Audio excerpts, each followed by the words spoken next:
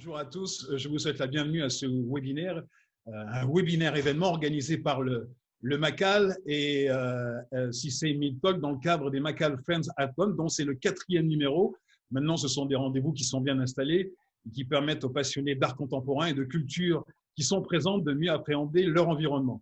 Et aujourd'hui, nous nous retrouvons pour réfléchir à un espace. Cet espace, il est bipolaire, c'est celui de la médiation culturelle.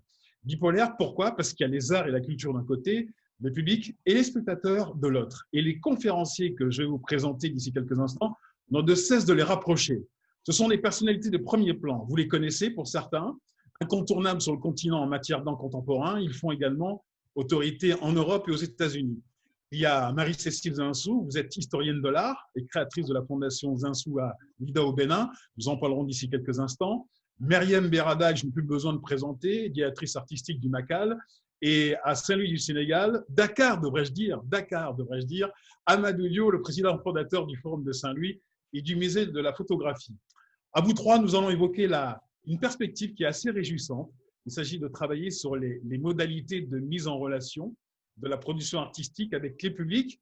Et vous qui nous regardez, vous avez, comme vous l'a indiqué Janine, la possibilité de poser des questions aux trois orateurs en appuyant sur l'onglet QR qui est en bas de votre écran. Myriam Berada, vous avez l'habitude de dire, et nous l'avons fait avant cet échange, vous avez l'habitude de dire qu'il faut démystifier le musée, il faut le comprendre. Alors vous, comment faites-vous pour y parvenir? Alors, bonjour, merci beaucoup Sylvain, merci à tous. Comment on fait pour le démystifier? Moi, je dirais qu'il y a quand même plusieurs étapes. C'est le résultat d'une longue aventure et puis d'une conviction forte.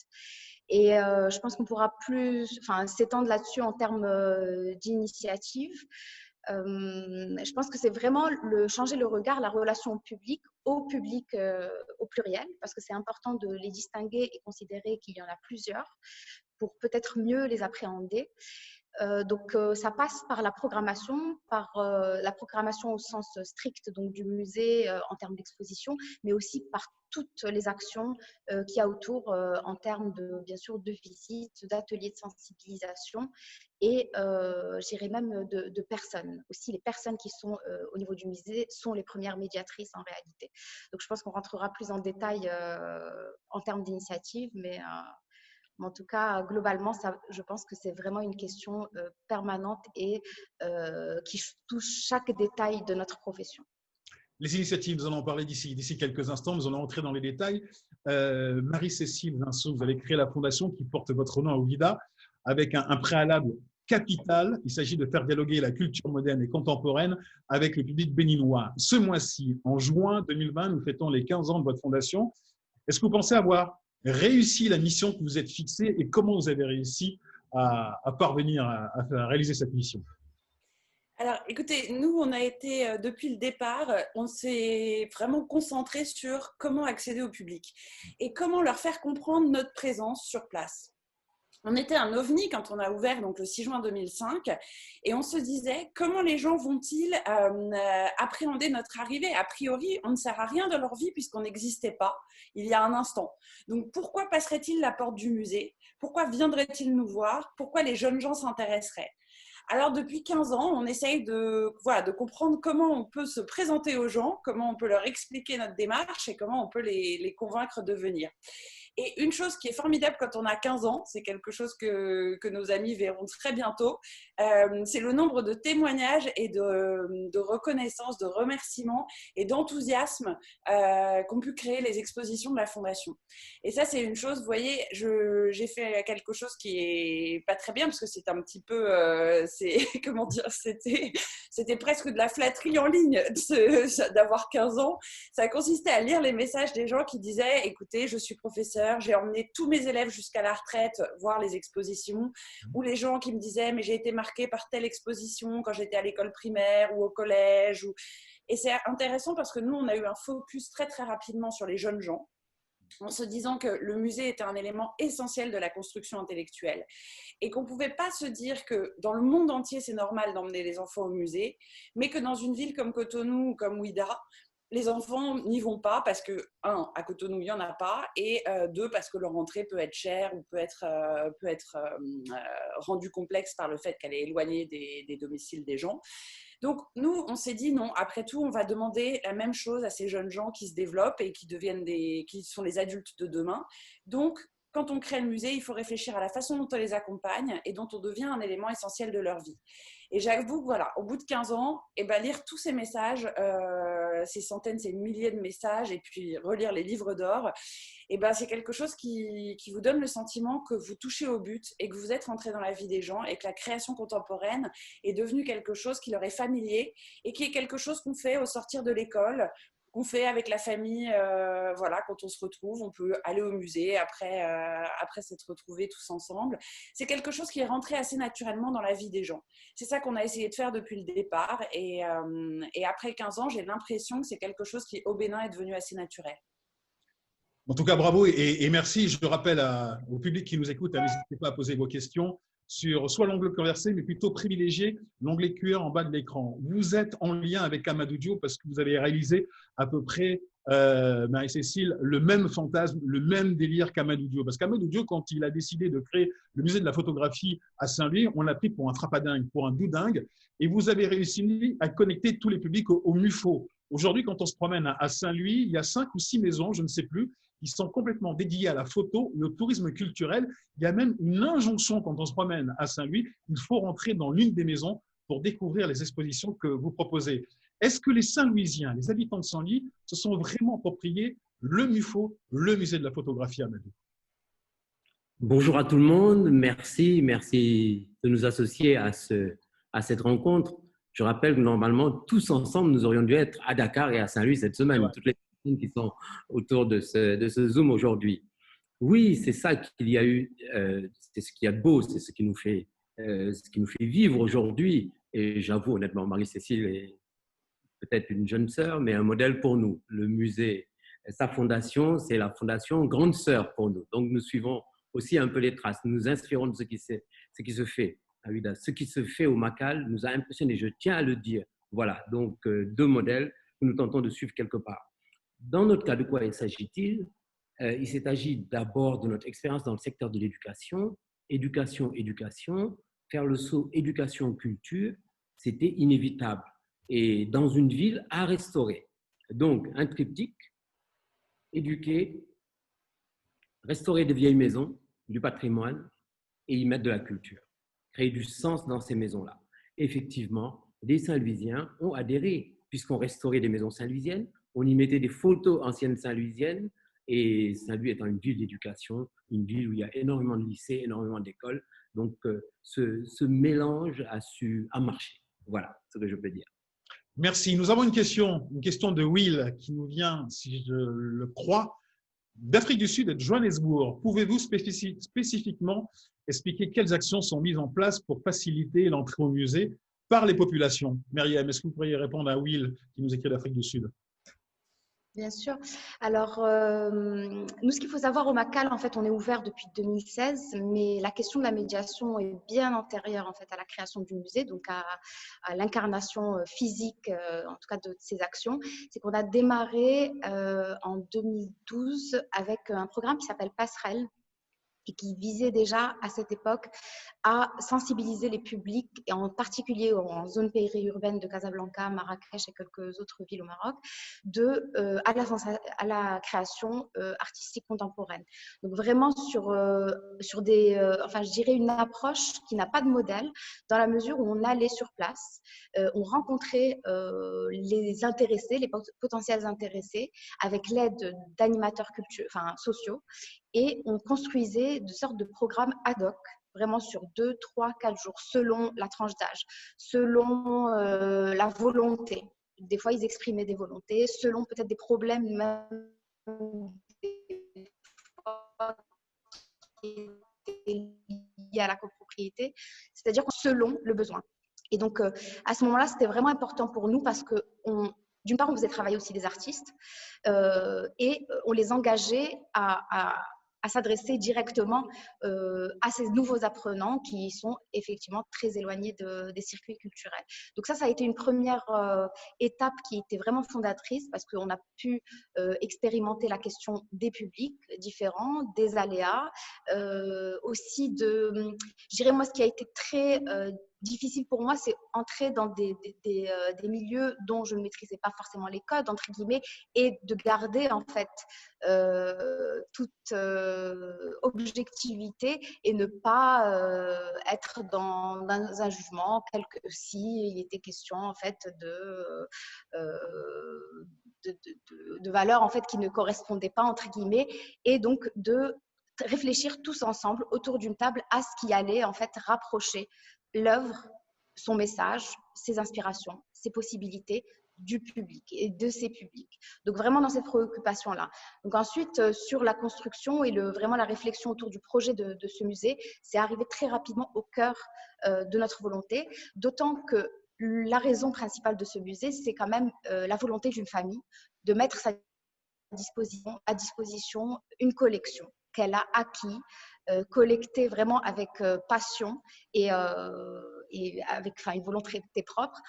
Et donc, de ce partage, de ce désir de partage, je pense que c'était intéressant aussi de nous, à l'équipe, en fait, de retranscrire dans tout l'équipement, donc à travers ces expositions, ces divers programmes.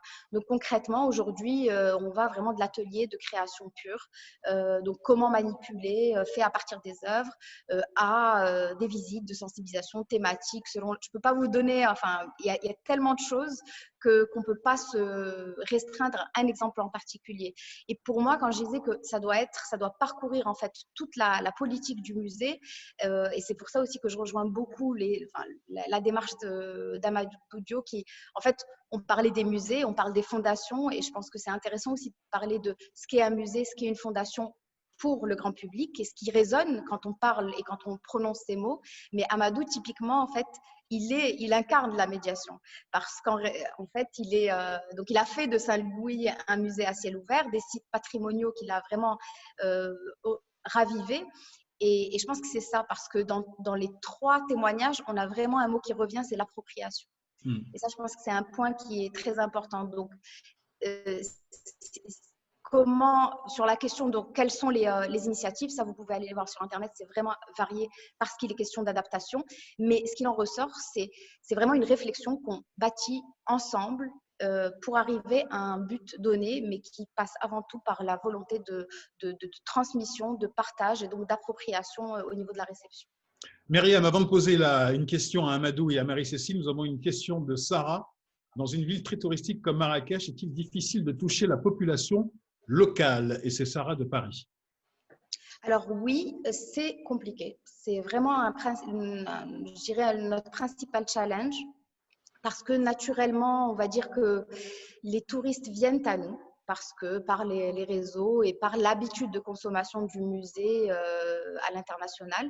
Mais au Maroc, malheureusement, on n'a pas cette habitude, et en particulier sur les communautés qui n'ont pas l'habitude du musée tout simplement et qui pensent que ce n'est pas pour eux. Et là, je catégorise pas, parce que en fait, on se rend compte en discutant, et quand on est dans l'espace d'exposition, on pose des questions aux visiteurs.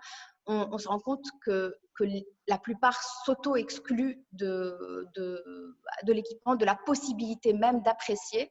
Et nous, on a vraiment cette conviction forte que la création artistique s'apprécie par le prisme de l'émotion avant tout. Et donc, tout à chacun peut s'exprimer librement.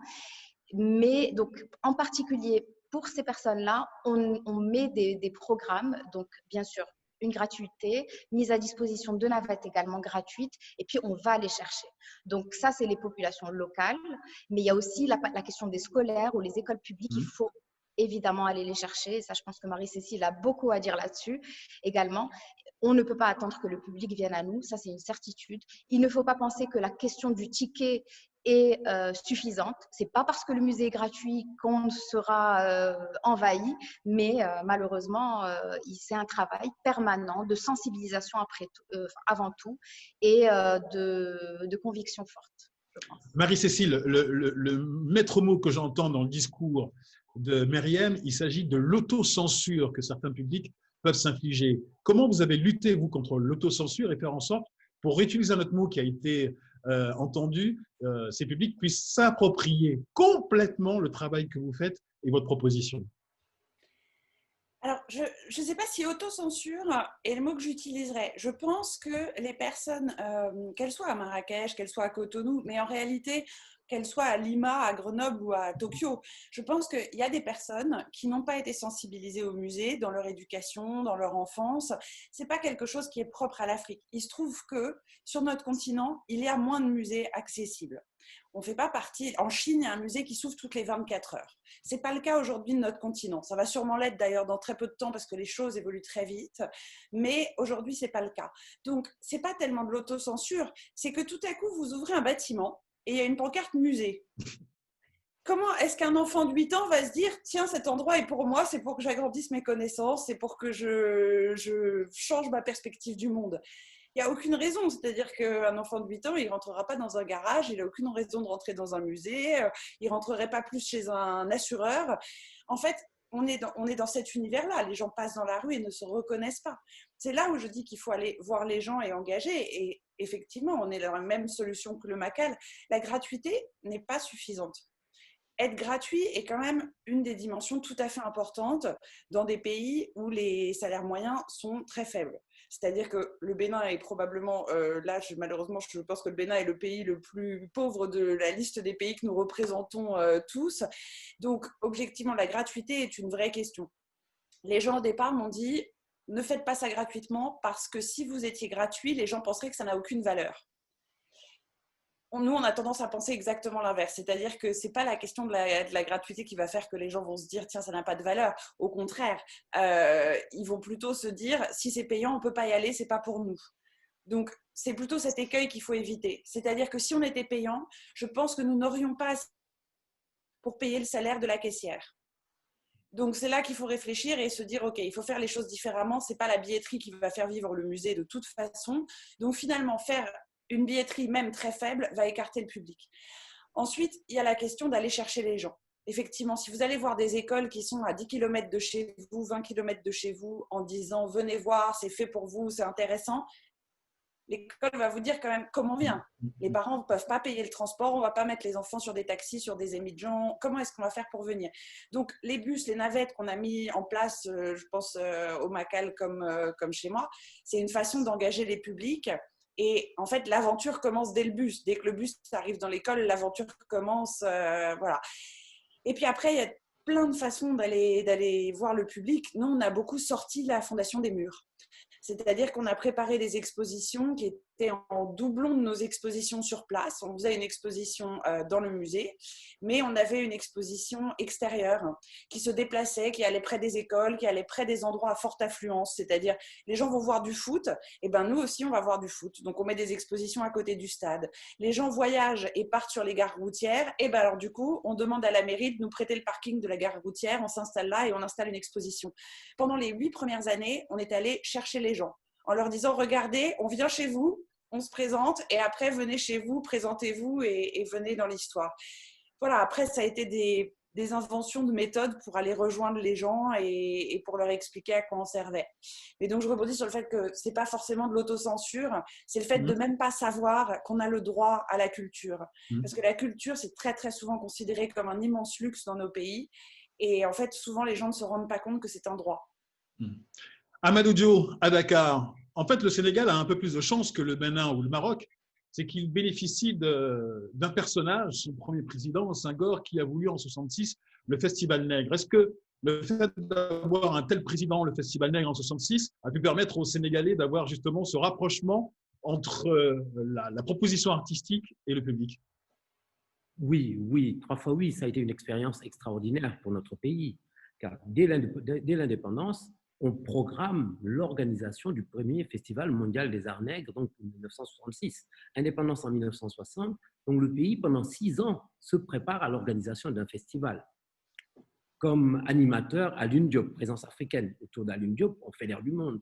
Et à ce festival, qui on a? On a Malraux qui est là, Langston Hughes, Louis Armstrong, tout ce petit monde est là. Le monde noir d'alors est sur Dakar. Mais ça a été une préparation, ça a été pensé par le président Senghor. En 1960, il se dit, 1966, je dois recevoir le monde entier ici à Dakar, le Sénégal indépendant, donc juste à ce moment-là. Il crée à la fois l'école des arts de Dakar. Il fait venir Iban Ndiaye, un peintre, il le fait revenir de France pour mener ce projet-là. Il crée un théâtre, Théâtre National, Daniel Sorano. Il crée les tapisseries de Thiès. Et ainsi de suite, on a un musée, le musée Dynamique, qui s'appelait le musée Dynamique, d'ailleurs, où Béjar va s'installer après et développer son programme Moudre Afrique autour de la danse. Donc, il fait tout ça. En 6 ans, le Sénégal se prépare pour ce festival, et c'est là que naît vraiment l'école de Dakar. Quand on a parlé d'art contemporain au Sénégal, tout est parti de là. L'art contemporain au Sénégal part de là.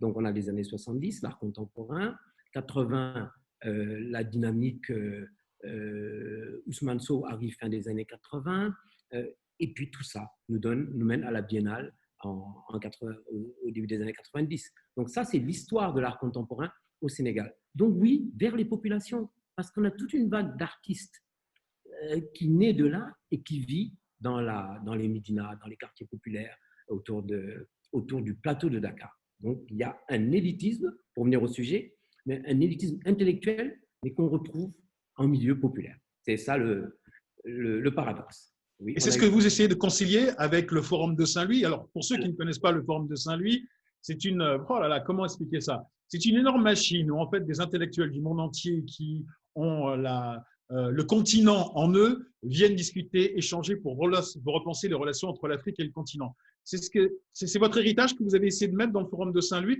et aussi dans le musée de la photographie? Il y a cet héritage, mais au-delà de ça, Saint-Louis, quand même, ça a été la capitale de l'Afrique de l'Ouest. Saint-Louis, les premiers photographes. Oui, ça y est. Voilà. Alors, là, on a touché le cœur sensible. Saint-Louis est le phare du monde, il faut le savoir. C'est le centre du monde, on est d'accord. C'est le centre du monde. Sylvain a eu l'occasion de venir visiter ce centre du monde.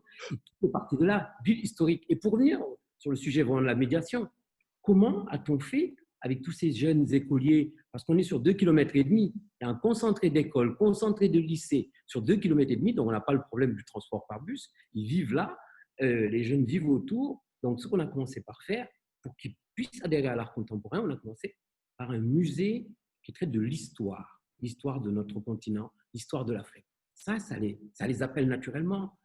On est dans l'éducation, c'est leur école. Donc, le fait de faire ce premier pas vers un musée sur l'histoire des indépendances, ils découvrent et ils se retrouvent sur le bâtiment d'après. Et puis là, ils tombent sur des œuvres de Omar Victor Diop.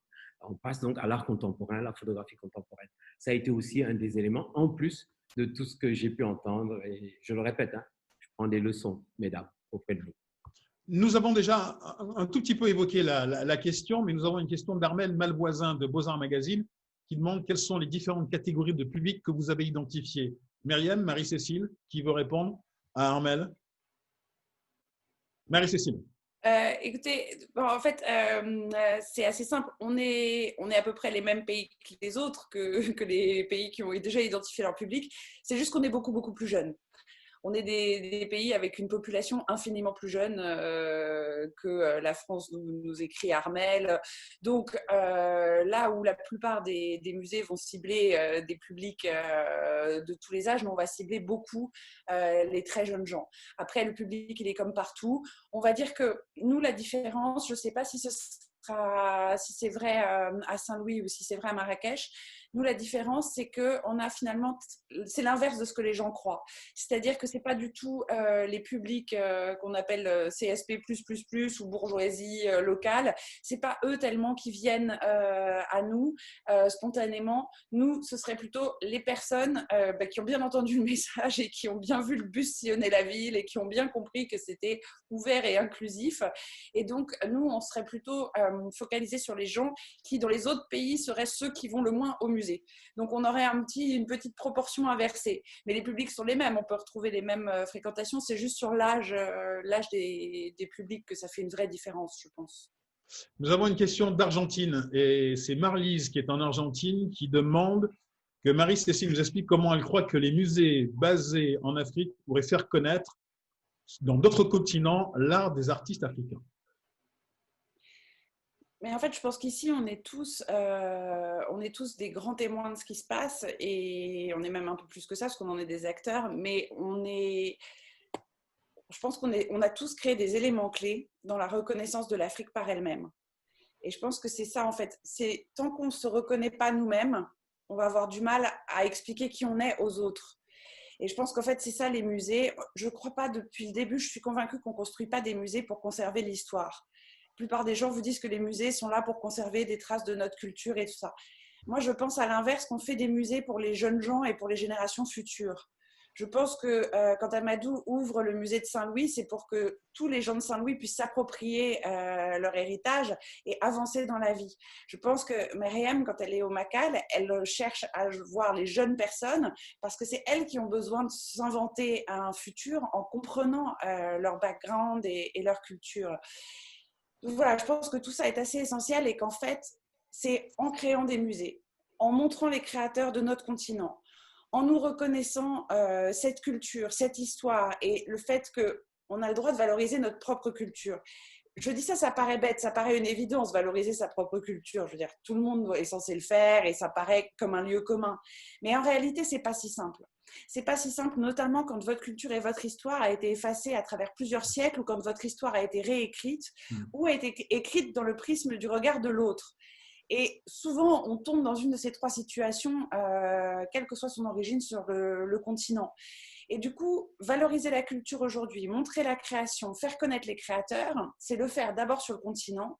Et une fois que le continent révèle ses artistes, à mon avis, c'est comme ça que les autres continents vont pouvoir comprendre qui nous sommes et vont pouvoir envisager l'Afrique dans sa force. Moi, il y a beaucoup de choses qui m'étonnent systématiquement, mais les gens sont très enthousiastes en Europe sur l'art contemporain africain en me disant c'est formidable, ça fait 10 ans l'art contemporain africain, ça vient de commencer, c'est génial. Oui, c'est génial et ça fait 10 ans. Enfin, bon, pour l'instant, moi j'avais l'impression qu'on pouvait le dater et le documenter depuis 35 000 ans. Mais peut-être effectivement, on peut réserver ça qu'aux 10 dernières années. Moi, j'avais l'impression que depuis les peintures rupestres au Soudan, on avait une documentation assez claire et précise de l'évolution de notre art contemporain dans l'histoire. Et que c'était pas forcément... Voilà. Mais ça, vous voyez, soit on se moque des gens en leur répondant bah non, ça fait pas 10 ans, soit on leur dit non, attendez, regardez sur le continent, venez voir qui nous sommes, venez voir ce que nous faisons, regardez qui sont les artistes présentés par le Macal, regardez qui sont les artistes présentés par le MUFO, mais allez aussi en Côte d'Ivoire, allez à Antananarivo, allez à Kinshasa, comprenez en fait voilà, qui nous sommes. Mais les premiers qui doivent comprendre ça, c'est nous-mêmes. Vous avez tous les trois le même discours, ça je le sais. Nous en venons peut-être à la dénomination. On parle de musée. Le musée, sa fonction première, c'est de classer et d'archiver. Est-ce qu'il ne faudrait pas changer de nom ? Il y a le Macal, il y a le musée de la photographie, la fondation Zinsou, qui quelque part est un musée. Est-ce qu'il ne faudrait pas adopter un autre système qui soit purement du continent et qui soit africain ? Je pose la question à vous trois. Qui veut répondre ? Myriam ? Oui. Alors, je reviendrai quand même sur la question des publics parce que je n'ai pas pu en dire un mot. Oui. En fait, oui, je pense que, et on en a vraiment parlé parce que la question elle-même de l'appellation, forcément, je pense qu'elle intimide aussi. Et donc, nous prive de public, je pense. Mais en même temps, quelle est la terminologie à adopter ? Parce qu'en même temps, on reste sur une scène internationale. Donc, et on est en constance sur cet entre-deux où, bien sûr, on pense pour le local, mais en même temps, on est dans une dynamique globale. Donc, comment pourrait-on continuer d'être identifié comme un lieu, en tout cas lié à des questions de musée, si on n'a pas cette dénomination-là. Mais effectivement, moi, je pense que c'est un modèle, en tout cas, si on parle strictement de conservation, c'est pas notre rôle premier. Bien sûr, on conserve une collection de plus de 2000 œuvres à travers la Fondation Alliance qui a précédé le Macal, mais c'est un acquis. Mais aujourd'hui, je pense que, par exemple, à travers notre programmation, on a beaucoup développé la question de la production des œuvres. Et ça, c'est déterminant.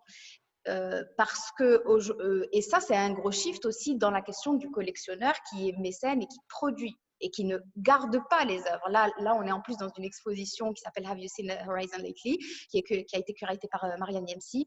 et brillamment scénographié par Franck Oudegla. En fait, il y a beaucoup de productions. Là, toutes les fleurs que vous voyez autour de moi, c'est le travail formidable donc, de Kapwani Kiwanga, qui s'appelle Flowers for Africa et bon, vous pouvez aller voir sur le site du musée, mais c'est une question cruciale sur les indépendances en Afrique. Ça, ce sont des œuvres, enfin des fleurs qui ont été posées en février et qui continuent donc d'évoluer. Mais tout ça, en fait, c'est de la valeur qui restera pas.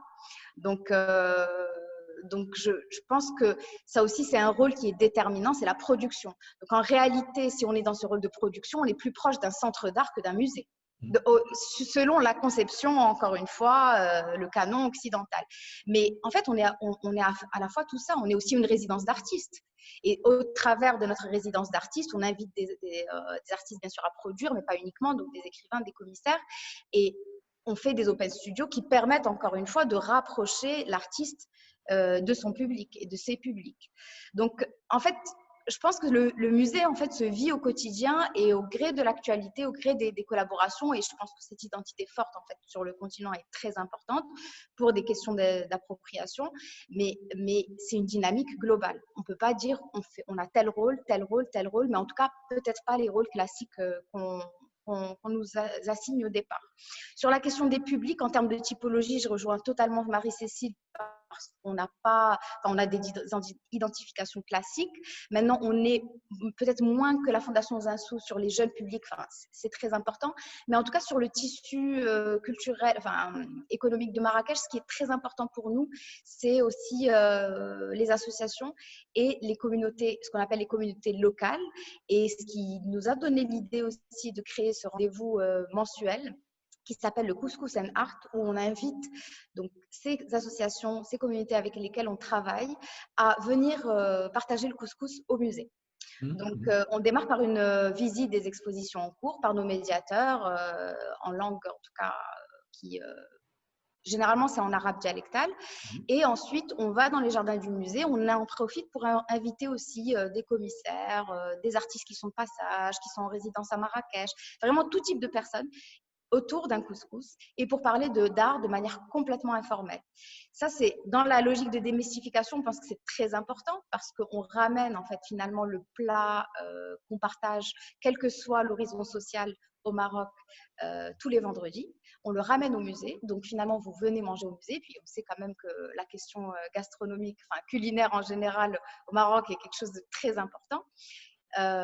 Et quelque part, même si pour la première fois on les invite et on va les chercher, et ils vont traverser le musée une première fois pour accéder au jardin de manière, donc pour la première fois peut-être ils verront les œuvres, ils les appréhenderont de manière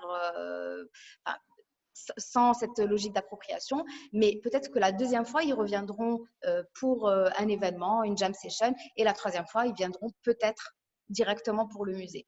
Donc ça, c'est important. Ensuite, la typologie CSP+, pour nous, en tout cas au Maroc, elle n'est pas forcément pertinente parce que l'élite, ce qu'on a tendance à étiqueter d'élite au Maroc, c'est pas forcément une élite intellectuelle, c'est une élite financière avant tout. Donc honnêtement, quand on se retrouve face à cette élite, souvent on se retrouve aussi à expliquer des concepts basiques du musée, de la question de la modernité au Maroc. Si on fait un sondage, pas beaucoup sauront répondre sur la question, connaîtront ces artistes-là. Donc finalement, moi, je ne pense pas qu'on soit forcément mieux doté dans une géographie qu'une autre, en tout cas par rapport à ces questions d'appropriation, encore une fois. Donc, oui, la typologie des publics est intéressante, mais construire des ensembles, mais en tout cas, garder ces cases-là, c'est encore une fois très dangereux. Amadou Diop, nous parlons de la terminologie et parlons du musée de la photographie, le MUFO de Saint-Louis. Votre objet, votre institution n'a rien à voir avec un musée. Moi-même, j'étais surpris la première fois que j'ai visité ces 5-6 maisons. Je vous ai félicité et j'ai découvert la richesse de ce que vous proposez. Là aussi, j'en reviens à ce qu'est un musée, c'est-à-dire que vous archivez classés, vous faites tout le contraire, vous montez la dynamique de l'art contemporain à travers la photographie. Alors, que faut-il faire justement pour qu'on vienne vers vous et qu'on ne soit pas rebuté par le mot musée? Alors, là aussi, je dis, moi, je mets tout dans le cadre de cette même dynamique, la lutte contre l'ignorance, promouvoir le savoir, l'éducation. Donc, la première population dont on a parlé, c'est toute cette jeunesse qu'on a dans nos villes. Il y a cette deuxième population, Marie-Cécile en a parlé, ces personnes qui imaginent l'art contemporain africain sur les 10 dernières années. On est sur une île quand même qui reçoit beaucoup de touristes. Ça lui vit de son tourisme et ces personnes qui viennent apprennent. Ça fait partie pour moi de la lutte contre l'ignorance. Ces personnes découvrent l'Afrique, son histoire et puis cette force, cette dynamique que tu décris si bien, Sylvain. Donc ça, je mets ça dans cette même dynamique, moi, de la lutte contre l'ignorance. C'est un aspect. L'autre aspect, celui qui vient sur cet espace, le Sénégalais, l'Africain qui vient sur cet espace, vit véritablement le métissage que je prône. On va trouver des œuvres du Maroc, on croisera Romuald, etc., etc. Donc ce métissage est bien là et c'est quelque chose que j'essaie de mettre en avant. C'est un combat, tout est combat, c'est valable pour nous tous, je crois. Tout est combat dans ce que l'on fait.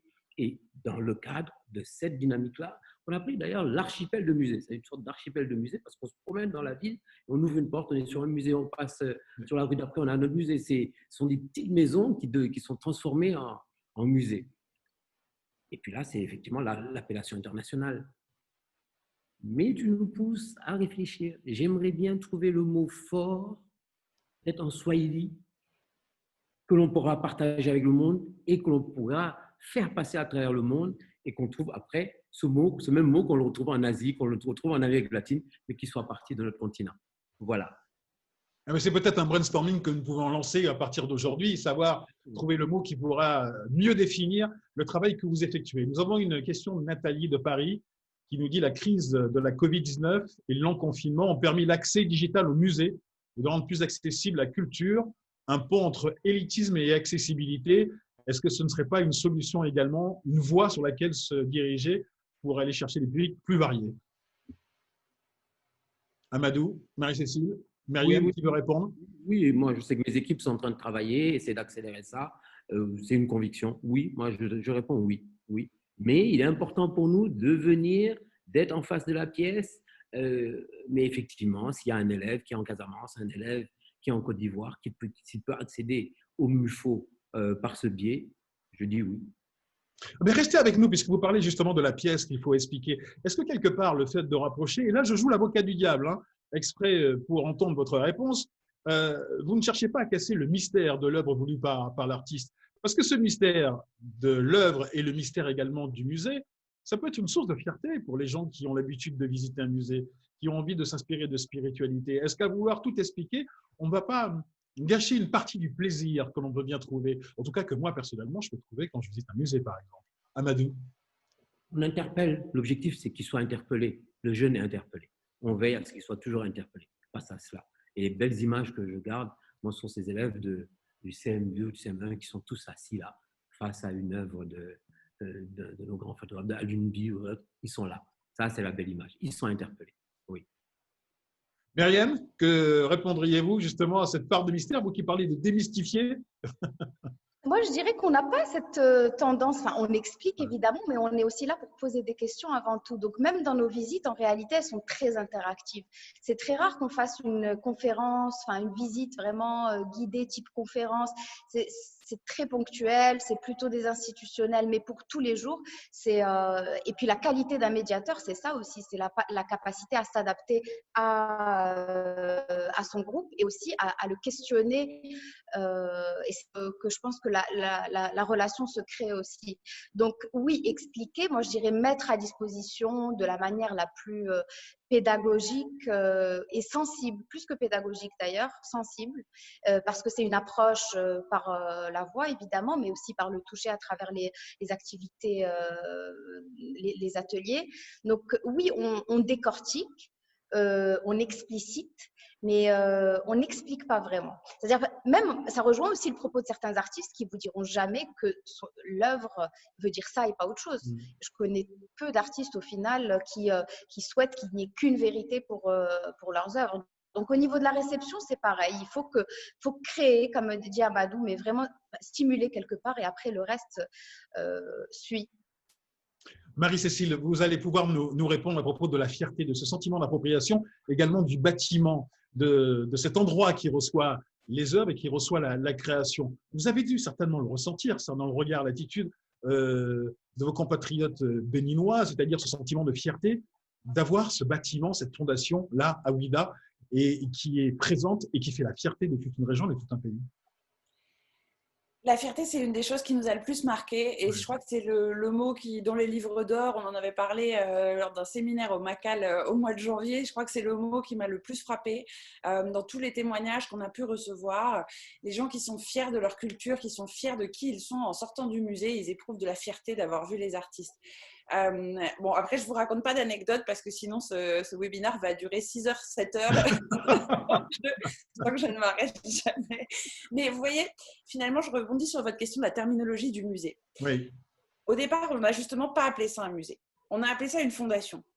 Parce qu'on voulait se laisser la liberté de ne pas être dans un carcan et de pouvoir façonner ça. Comme on ne savait pas quelle allait être la réception du public, les gens nous disaient ça ne sert à rien parce que, excellent argument, si ça servait à quelque chose, ben, ça existerait déjà. Donc, vous voyez, on était un peu coincés. Au départ, on s'est dit on ouvre, on teste et puis on évolue. Et puis si ça ne marche pas, on changera le projet, on l'améliorera jusqu'à ce que ça puisse trouver l'intérêt du public. Et donc, du coup, on a appelé ça fondation pour être extrêmement libre. Et en fait, vous voyez, on a donné le nom musée à Ouidah seulement en 2013, alors qu'on avait ouvert en 2005. Et c'était une demande du public. C'était pourquoi est-ce que tout le monde dit qu'on ne peut pas avoir de musée en Afrique? Et du coup, on a mis le mot musée pour dire la fierté aussi, en fait. Et c'était moins, finalement, la fondation avait les mêmes, conservait une collection, la partageait, la donnait à voir. Donc, finalement, on correspondait déjà pas mal à la définition, mais moi, je voulais surtout pas qu'on devienne une institution et je voulais pas qu'on se coince dans des définitions qui voulaient pas dire grand-chose. Mais vous voyez, au bout de quelques années, tout à coup, les gens nous disent « Mais pourquoi on n'a pas de musée? Et pourquoi vous n'êtes pas un musée si vous faites tout ce que fait un musée ?» Et du coup, d'ailleurs, notre musée s'appelle juste le musée. On n'a pas été très créatifs, mais parce qu'on voulait juste donner un concept simple et dire aux gens « Ok, on vous a entendu, on comprend. Et ben l'Afrique, elle peut aussi produire des musées et on peut aussi faire les choses. On peut faire aussi les choses comme tout le monde, bien et à un certain niveau. Et aujourd'hui, on est en train de tout casser, en train de se dire maintenant il faut arrêter. On a prouvé qu'on savait faire des musées, et ben maintenant il faut tout remettre à plat. Et c'est exactement la question qui nous hante en ce moment et sur laquelle on travaille. Alors, nous avons des tas de questions auxquelles vous allez répondre. Nous avons une question d'Estelle. Dans la médiation, donnez-vous la parole à des personnes non spécialistes de l'art ayant un autre regard. Qui veut répondre? Myriam? Non? Amadou? Oui, Amadou? oui, je peux. Alors, dans la médiation, non, ça n'a pas encore été fait. Alors, c'est vrai qu'on s'est posé la question justement pour l'année à venir d'aussi d'intégrer des artistes, mais bon, encore une fois, ce sont des professionnels de l'art. Mais effectivement, ça peut être intéressant. On n'y est pas, on ne l'a pas encore fait, mais à explorer. Amadou? Une expérience, on s'est amusé avec des scientifiques. Voilà, un mixte d'élèves, de lycéens, artistes et scientifiques, professeurs de maths, professeurs de physique, un regard différent. On s'est un peu amusé. Voilà. Une question d'Eitem de Paris. Faut-il déconstruire le modèle muséal occidental pour faire émerger un vrai modèle muséal local et africain?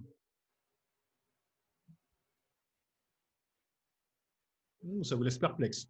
Non, l'un n'empêche pas l'autre, le modèle. Non, moi, je pense que la réponse est… Pardon.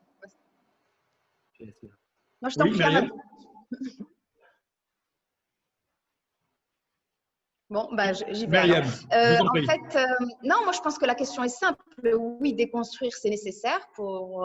oui, mais pour construire et en ressortir un modèle, je pense que c'est un peu contre-productif parce que je pense pas qu'il y ait de modèle dominant ou modèle qui devrait exister parce qu'en fait, il est à créer à partir de son territoire, il est à créer à partir de son écosystème, de ses besoins, de sa raison, parce qu'on peut abriter une collection, ça peut ne pas être le cas, ça dépend de la configuration. En tout cas, ce qui est sûr, c'est que aujourd'hui, toutes les initiatives qu'on voit, en tout cas sur le continent, sont surtout portées par des individualités fortes. Et ça, je pense que c'est très important parce que c'est souvent, on est inégaux face à l'investissement, en tout cas, de l'État dans la question culturelle. Je pense que Marie-Cécile et Amadou ont des opinions peut-être variées sur le sujet. Maintenant, c'est nos possibilités et c'est la force aussi qu'on met dedans. Donc forcément, c'est lié à la personnalité de l'individu ou du groupe qui va porter cette initiative. Et donc, on ne peut pas rester sur un modèle de musée d'État ou musée, voilà. Amadou, peut-être apporter un complément de réponse? Je dis oui à la juxtaposition de modèles différents dans un même pays, sur un même espace. Oui, oui, à ce qu'on ait des modèles différents. Donc, il ne s'agit pas de déconstruire ce qui existe déjà. Je répète, oui, des modèles différents à partir d'initiatives individuelles ou pas. La relation à l'État, on l'a évoqué rapidement. On en parle maintenant ou pas? Ah, si vous voulez, allez-y, allez-y, allez-y. C'est ça, il n'y a rien à dire. En tout cas, dans plusieurs pays, il n'y a rien. Voilà. Il n'y a rien à dire, il n'y a rien. Voilà. Okay. Alors, une question de Aude de Thouin. Vos musées vous permettent-ils d'attirer des créateurs, de les encourager à oser? Bien sûr, bien sûr. Mariam. Merci Aude pour la question. Donc Aude, merci en tout cas de nous faire l'honneur de nous suivre. Donc Aude est la présidente fondatrice de Women in Africa. Je le dis parce que pour moi c'est une structure qui est très importante parce qu'elle participe aussi on va dire, au dynamisme autour de la question culturelle parce que bien sûr il y a une économique, politique aux actions qu'on fait, mais en tout cas d'avoir les groupes de Women in Africa qui viennent et qui nous challenge aussi dans nos conceptions, c'est aussi important que tous les autres publics qu'on reçoit. Pour la question, du coup, je l'ai un peu… Est-ce que vos musées vous permettent-ils d'attirer des créateurs et de les encourager à oser? Complètement, complètement, parce que c'est un espace de création de toute manière. Alors, en plus, dans nos musées, il y a plusieurs espaces. Il y a l'espace d'exposition, il y a le lab qui est plutôt réservé aux ateliers, donc à la réflexion, à l'expérimentation. La résidence, qui est aussi un espace d'expérimentation, de production, de réflexion. Et il y a aussi la boutique, donc, qui est évidemment, qui est aujourd'hui un modèle assez fréquent, qui permet aussi de travailler avec des designers, avec des artisans locaux et de réfléchir à des questions plus pratiques. Et donc, l'opération, donc le Macal Shop, n'est pas forcément une opération commerciale, mais c'est surtout une vitrine qui permet de donner de la visibilité à tous ces créateurs. Donc, en arrivant au musée, souvent, on a des visiteurs qui viennent voir l'exposition et qui ressortent par la boutique en nous disant « Écoutez, moi, j'ai quelque chose à proposer, voilà ce que je fais, voilà ce que je fais. Est-ce qu'on pourrait mettre ça en commun ?» Donc, on est cette vitrine-là, mais aussi, des fois, on permet… de développer des projets ad hoc dans ce sens-là. Comme l'année dernière, par exemple, on a fait appel à une association qui est portée par Younes Baba Ali, qui est artiste d'abord, et qui s'appelle Limidity. On a créé un pop store avec donc, la collaboration avec cette association pour créer des éditions d'artistes qui étaient en résonance avec l'exposition Material Insanity. Donc ça, c'est très important parce que l'expo a finalement son pendant commercial, entre guillemets, mais en tout cas, il permet aussi de réfléchir sur l'accessibilité de l'œuvre parce que l'œuvre, l'artiste que vous allez trouver, par exemple, dans l'exemple de Mbak Bouchichi, qui était présent dans l'exposition Material Insanity, était présent dans le shop sur une édition limitée de vide poche. Donc en série limitée sur 2 formats. Et en fait, cette approche, finalement, je pense qu'elle permet de sensibiliser différents publics et qu'elle permet aussi de créer chez certains pas des vocations, mais en tout cas de leur permettre de se laisser concrétiser certains projets. Ces créateurs, vous les attirez et vous les hébergez même. Je sais que vous êtes très investi, Amadou Diop, dans cette bataille que de faire vivre la création. Vous recevez des artistes chez vous, vous les encouragez et vous leur donnez justement les moyens de pouvoir s'exprimer en matière de photographie et pas que d'ailleurs. Exactement. Le principe, d'abord, je suis désolé, moi, de devoir toujours parler de Saint-Louis. Saint-Louis, l'art de recevoir. À Saint-Louis, on cultive l'art de recevoir. Notre art premier, c'est l'art de recevoir, d'abord, à Saint-Louis. Donc, on aime recevoir et ces créateurs le savent, viennent. Donc, on a le concept de résidence d'artiste et des espaces sont aménagés véritablement. Au-delà du concept même de résidence d'artiste classique, nous partageons, les artistes sont là, les créateurs sont là, et on partage des moments, on partage les repas. C'est une vie, vraiment une vie saint-louisienne, la teranga, ce qu'on appelle la teranga, le sens de l'hospitalité. Et dans ce cadre, ils se promènent, ils découvrent. je suis vraiment désolé, Sylvain. Je sais que Saint-Louis, c'est une ville qui est faite pour créer. Voilà, c'est un espace qui est fait pour créer. On ne peut qu'être créateur sur Saint-Louis. C'est un condensé de créateurs et d'innovateurs. Donc, nous avons 3 villes pour créer. Marrakech, Saint-Louis et Ouidah. Exactement. Voilà. Exactement. Le choix est extraordinaire. Comme nous nous dirigeons vers la fin, je voudrais qu'on se projette un peu vers l'avenir. À vous 3, nous sortons d'une période quand même très difficile où la planète s'est arrêtée pendant une période de 1 à 2 mois. Nous avons eu d'abord, nous avons été saisis, nous étions en sidération. Ensuite, nous étions un peu sous morphine avec les différentes aides, nous nous remettons petit à petit. Et maintenant, eh bien, il faut reconstruire sur différents plans. Comment voyez-vous votre expertise? Comment voyez-vous votre foi? Comment voyez-vous ce que vous aimez dont vous l'aidez dans les mois et les années à venir?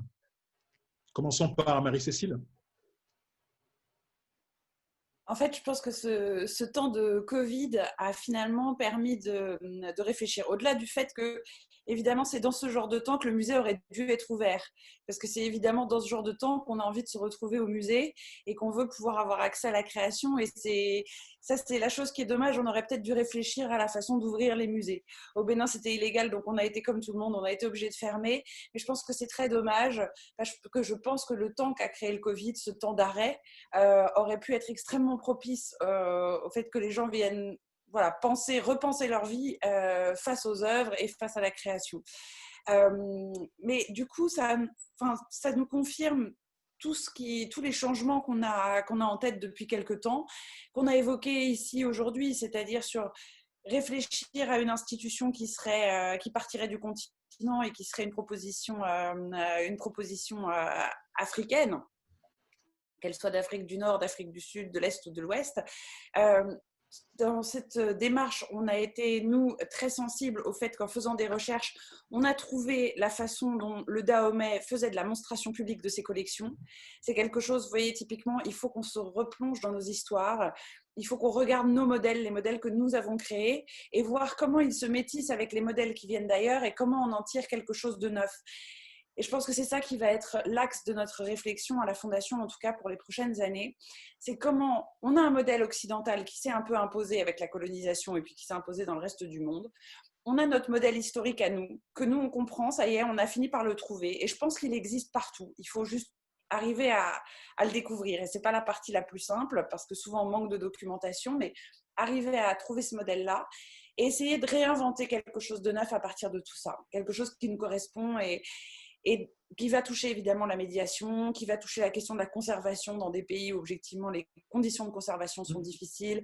Ça va nous obliger à repenser nos métiers entièrement. Et donc je ne sais pas si c'est le Covid qui a cet impact, mais le Covid a fait un temps de pause qui nous a obligés à réfléchir à notre rôle aujourd'hui dans la société contemporaine. Et d'après vous, cet équilibre entre les arts classiques et l'art contemporain, il sera difficile à trouver? Non, je pense que c'est une suite de l'histoire et qu'on s'inscrit dans cette histoire avec l'art de notre temps. Et voilà, il faut qu'on sache le valoriser comme celui des générations précédentes a été valorisé et nous est parvenu. Parce que nous sommes dans un monde vivant qui est toujours en action et non pas un monde d'avant et d'après. Non, il n'y a pas un monde d'avant et d'après, c'est le monde qui est en pleine évolution et qui ne cesse d'avancer. Amadou Diop, peut-être… Pardon, c'est ce qu'on partageait sur l'art contemporain qui a commencé il y a 35 000 ans, probablement, peut-être même avant. Exactement. Amadou Diop, un mot justement sur l'avenir, sur l'après. Un mot, je pense que là, nous, dans le cas du Sénégal, en tout cas, nous allons dans une phase de transition. On n'a pas eu un confinement à 100%, on n'a pas un déconfinement à 100%. Donc, on va sur les prochains mois, je pense, sur une poursuite de la réflexion sur nous-mêmes. Donc, ces artistes, ces créateurs auront la possibilité maintenant de bouger à l'intérieur du pays. Et je pense que ces prochains mois seront pour nous une occasion de les recevoir et de les accompagner dans cette dynamique-là, en leur offrant cet espace puisqu'ils ne peuvent pas aller en Europe, ils ne peuvent pas sortir du pays, mais on peut leur offrir cet espace pendant les prochains mois, terminer cette année avec eux et qu'ils nous rejoignent dans nos espaces, dans nos musées. Ils sont les bienvenus. Avant de donner la parole à Myriam justement sur l'avenir, ce que je vais me permettre de faire, c'est de vous proposer quelques questions et vous demander des réponses rapides pour pas qu'il y ait de frustration, pour que tout le monde puisse être comblé par les questions et avoir des réponses. Nous avons la question de Asia qui demande Quid des actions de mise en place des cours d'art dans les écoles, collèges, lycées en Afrique? Réponse rapide. Vous avez déjà répondu en partie, mais qui veut répondre? Très faible, beaucoup à faire encore. Marie-Cécile. C'est des questions d'État, c'est des questions d'État. C'est-à-dire que nous, on ne peut pas imposer ça. Nous, on propose à certaines écoles de venir au musée, d'avoir des cours d'art plastique, mais on ne peut pas l'imposer dans les écoles. Ça, c'est les États qui doivent changer les politiques d'enseignement et c'est une réflexion à avoir de façon plus générale. Et il n'y a aucune éducation artistique au Bénin, en tout cas. Myriam? Pareil, on a même en termes d'études supérieures, on a une seule école de beaux-arts reconnue par l'État et qui fait un travail formidable. Mais au-delà de ça, en termes de programme scolaire, honnêtement, c'est très peu. Une question de Claudine. Mais encore une fois, moi, je pense que, par contre, je nuancerai sur la question de l'apprentissage de l'art, en tout cas de l'histoire de l'art. Cette sensibilisation-là, elle est importante, mais pas que, parce qu'aujourd'hui aussi, on est dans une dynamique où les scènes sont extrêmement riches. Bon, inégal bien sûr, mais très riche globalement. Aujourd'hui, ce qui est très important de faire en termes de transmission, je pense que c'est le côté, la professionnalisation. Donc, on a peut-être loupé le coche en tout cas des enfants sur cette question-là, mais aujourd'hui, on peut tout à fait doter les opérateurs culturels qui dirigent, qui travaillent dans nos musées, dans nos institutions. C'était le sens aussi du Macal Bootcamp, pour lequel Marie-Cécile avait donné un formidable atelier justement sur la médiation et comment engager les publics. Ça, c'est très important parce qu'en fait, on se rend compte que finalement, tout le monde peut devenir ambassadeur et médiateur. Et merci pour la question sur la médiation, donc quelqu'un qui est complètement extérieur au musée, parce que je pense que c'est très important. Une question de Claudine. La presse est-elle un vrai partenaire ou peut-elle mieux faire? Quelles sont vos attentes? Déjà, peut beaucoup mieux faire. Nous, honnêtement, au Maroc, désolée, je réponds très rapidement. On a un outil qui est exceptionnel, qui s'appelle Diptyque, qui est encore une fois porté par une individualité très forte, qui est Mberel Diptyque, qui se bat au quotidien aussi pour développer et diffuser ces contenus-là, qui sont très importants. Mais pour le reste de la presse, c'est assez dur parce que après on va toucher un autre point qui est la critique. Alors ça aussi, on a une antenne de l'Organisation internationale des critiques d'art, mais aujourd'hui c'est encore embryonnaire. Mais tout ça, ça permet de construire la chaîne de valeur. Ça, c'est un autre débat. mais en tout cas, c'est quand même très important et la presse peut beaucoup mieux faire que du coller, en tout cas. Je me permets de saluer le travail fait par Diptyque aussi pour tous nos musées, tous nos espaces. Là aussi, il faut le dire. Une presse internationale qui découvre et qui est surprise de trouver un musée dans une ville perdue au nord du Sénégal. On a eu quelques articles, mais on peut encore faire mieux. Marie-Cécile, la presse, je ne vais pas dire qu'elle vous est acquise, mais elle vous a donné quand même la parole à travers vos actions, à travers aussi le rapport qu'on vous a demandé, en tout cas pour le rapatriement des œuvres. Vous avez des articles dans Le Monde. Est-ce que la presse s'intéresse à vous, à vos actions, à la Fondation? En l'occurrence, la question du rapatriement des œuvres, et tout ça, c'est vraiment pas du tout une question de la Fondation, parce que la Fondation, c'est vraiment une institution qui défend la création contemporaine. Donc, sur la restitution, la presse m'a très gentiment donné la parole, mais ça, j'ai envie de dire que c'est plutôt à moi et pas forcément lié à la Fondation. La Fondation a été suivie par la presse internationale. Bon, je vais ajouter au concert des louanges le Diptyque, mais évidemment, c'est quand même une des revues absolument phares du continent. Et évidemment, ils ont été beaucoup là. Mais non, la presse internationale nous a beaucoup suivis. Après, localement, il n'y a pas d'études d'histoire de l'art, il n'y a pas de structure d'accompagnement des journalistes. C'est très compliqué. C'est beaucoup mieux maintenant parce qu'il y a plein de journalistes qui viennent nous voir en nous disant mais comment est-ce qu'on peut parler de ce que vous faites? Il y a de plus en plus d'initiatives, mais ça reste très difficile quand vous n'avez aucune formation, quand vous n'avez pas le début d'un accompagnement pour connaître votre métier. Donc, il n'y a pas tellement de journalistes d'art. Nous, on compte beaucoup plus sur quelque chose qui est nouveau dans notre paysage, les influenceurs, les réseaux sociaux. Ça a pris une place considérable. Et en fait, ça a pris la place de la presse locale.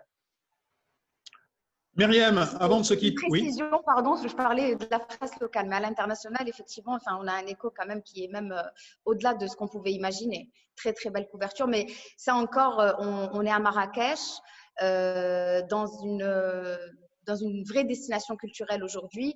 Et puis, on est toujours surpris, je pense, d'arriver au musée. Bon, la remarque, moi, qui me fait beaucoup de peine, en réalité, dit « Ah, on oublie qu'on est en Afrique ».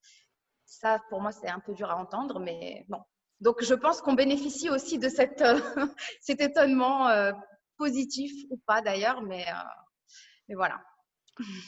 Avant de se quitter, Myriam, un peu, vous avez fait un travail extraordinaire en organisant un bootcamp en janvier qui était destiné justement à tous les professionnels du monde de l'art contemporain que vous vouliez, vous avez réunis pour organiser une rencontre pour qu'ils puissent se former. Marie-Cécile, d'ailleurs, comme vous l'avez dit tout à l'heure, a organisé un atelier sur la médiation culturelle. Peut-être un mot sur ce bootcamp et justement sur la manière dont vous voyez l'avenir, votre avenir. Alors, c'est une aventure extraordinaire parce qu'elle a permis de rassembler déjà une première promotion de 20 professionnels, opérateurs culturels spécifiquement sur le secteur de l'art contemporain, donc venant de 14 pays différents. Donc, je passe sur le challenge de faire venir ce petit monde, la question des visas, les coûts, voilà. Mais en tout cas, c'est très important parce que c'est à la fois, on a pu bien sûr passer en revue les compétences clés, la question de la vision, de se challenger, de construire un esprit de promotion, ça c'était très important. Mais ça, typiquement, vous parliez tout à l'heure du futur.